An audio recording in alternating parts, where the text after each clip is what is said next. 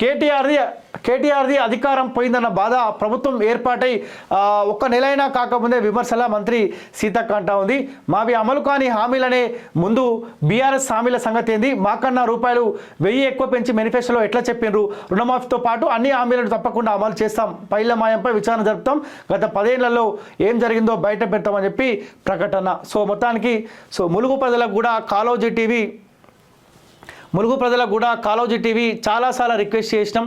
ములుగు ప్రజలారా ఆలోచించండి. ఒక ఆడబిడ్డని ఒడగొట్టడానికి వేలాది కోట్లు పెట్టడానికి రాష్ట్ర గవర్నమెంట్ సిద్ధమైంది. ముఖ్యంగా హరీష్ రావు, కేటీఆర్, వరంగల్ సంబంధించి ఒక ఎంపీ, వీళ్ళంతా ఏకమవుతారు.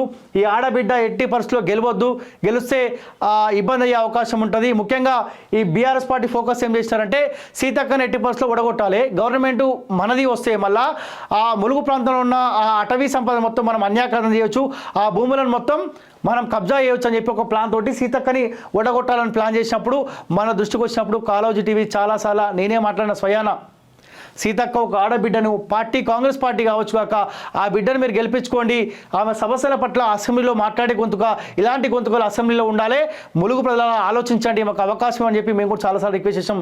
ఎనీవే ములుగు ప్రజలకు కాళోజీ టీవీ తరఫున ప్రత్యేక ధన్యవాదాలు.